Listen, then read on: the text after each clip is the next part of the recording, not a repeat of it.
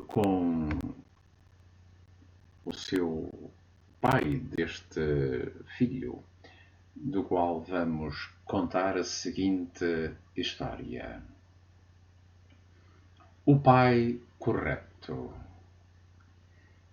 Era um filho que não gostava de viver na casa do pai, pela constante chateação da sua parte. Se não vais usar o ventilador, desliga-o. A TV está ligada na sala onde não está ninguém. Desliga, rapaz. Feche a porta, porque está ligado o ar-condicionado. Não gaste tanta água. O filho não gostava que o pai o incomodasse com estas pequenas coisas, pois que não lhes dava valor. Não era ele que pagava as contas. Ele teve que tolerar estas situações até um certo dia em que recebeu um convite para uma entrevista de emprego. E pensou, assim que conseguir o emprego, vou sair desta cidade. Nem vou ouvir mais uma reclamação de meu pai. E foi assim que pensou. E quando saiu para a entrevista, o pai, como sempre, ainda o aconselhou.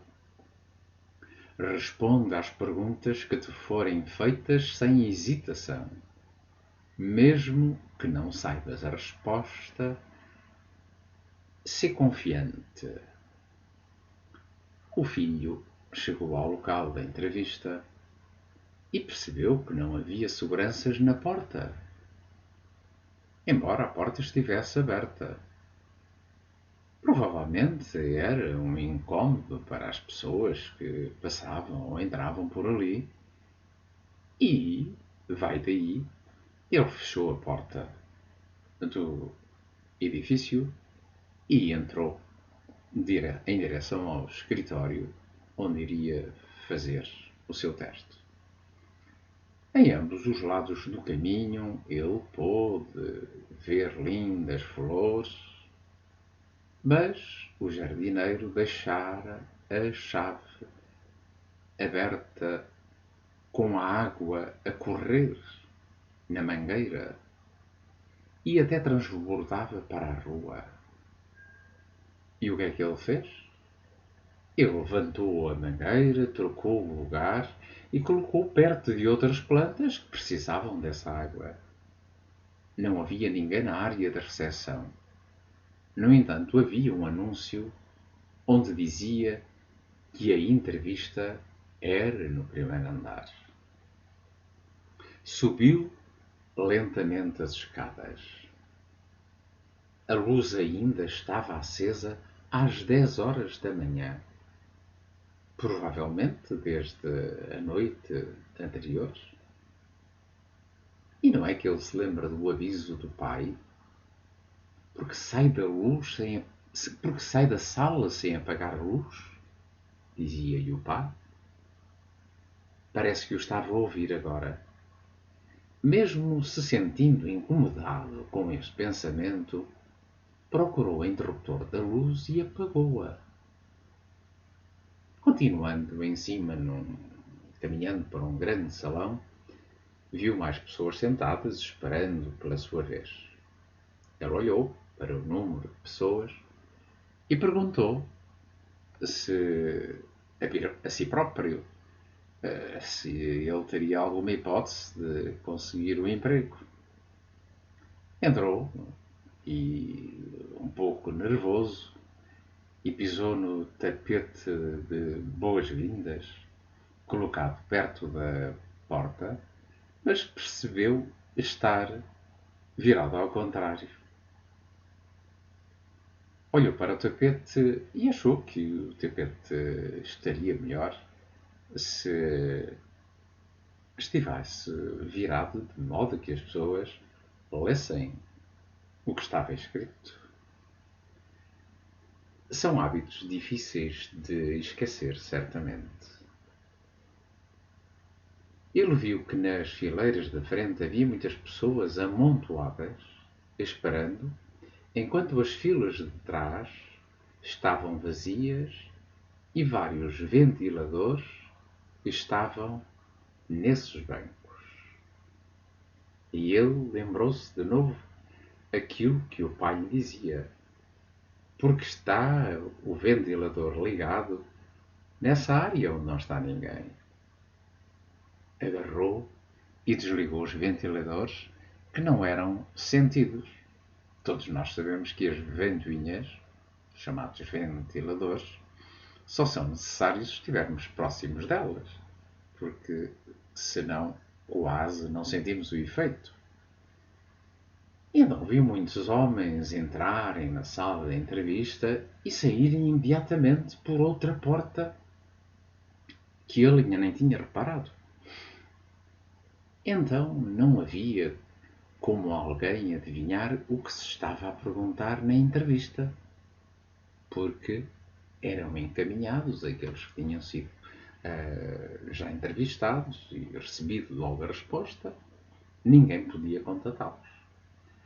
Quando chegou a vez dele, ele parou diante do entrevistador com alguma preocupação. O responsável pegou nos seus papéis, sem olhar, e perguntou-lhe, assim, de chofre, diretamente: quando é que você pode começar a trabalhar? Ele, estupefacto, pensou: será uma pergunta capciosa que me está a ser feita nesta entrevista?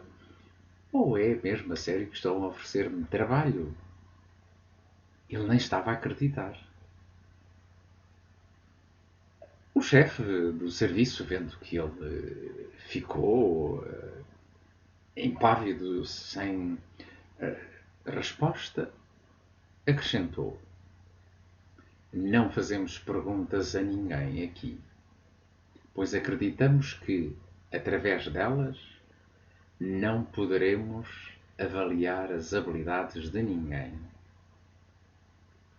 Portanto, o nosso teste foi avaliar as atitudes das pessoas quando aqui entravam, que estavam a ser observadas por câmaras. Nenhum dos que vieram aqui fizeram nada para consertar a mangueira, nem o tapete das boas-vindas, ou desligar os ventiladores ou as luzes que estavam ligadas inutilmente. Você foi o único que fez isso. Por isso, decidimos selecionar-te para este trabalho. E não é verdade que ele se volta a lembrar do pai, porque se incomodava com a disciplina, mas até foi nesse momento que ele percebeu que, graças a isso, a seu pai, aos conselhos que o pai lhe dava, ele conseguiu o seu primeiro emprego. A sua irritação e raiva pelo seu pai desapareceram naquele momento. Decidiu que levaria a seu pai também para o trabalho e ficaria com ele. E retornou então para a casa do pai, feliz e contente, para lhe dar essa novidade. Moral da história: tudo o que nossos pais nos dizem é apenas para nosso bem, desejando um futuro brilhante para nós, para nos tornarmos um ser humano de valor. Precisamos aceitar repreensões, correções, orientação que eliminem os nossos maus hábitos e comportamentos. É isso que os nossos pais fazem quando criam disciplina em nós. O nosso pai é professor quando temos 5 anos, um vilão quando temos cerca de 20 e um guia para a nossa vida inteira. As mães podem ir à casa dos filhos quando envelhecerem, mas o pai não sabe fazer isso. Fica só para não incomodar. Não adianta, pois, machucar os pais quando eles estão vivos e lamentar quando eles forem embora para sempre. Por isso, trate-os bem enquanto estão consigo.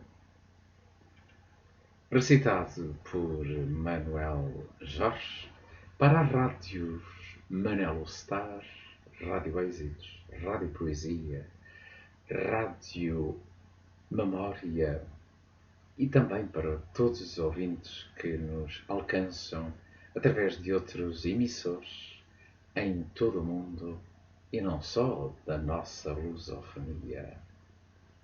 Eu gostei imenso deste texto, porque, como pai e avô, foi isso que eu sempre fiz. Identifico-me plenamente com este texto.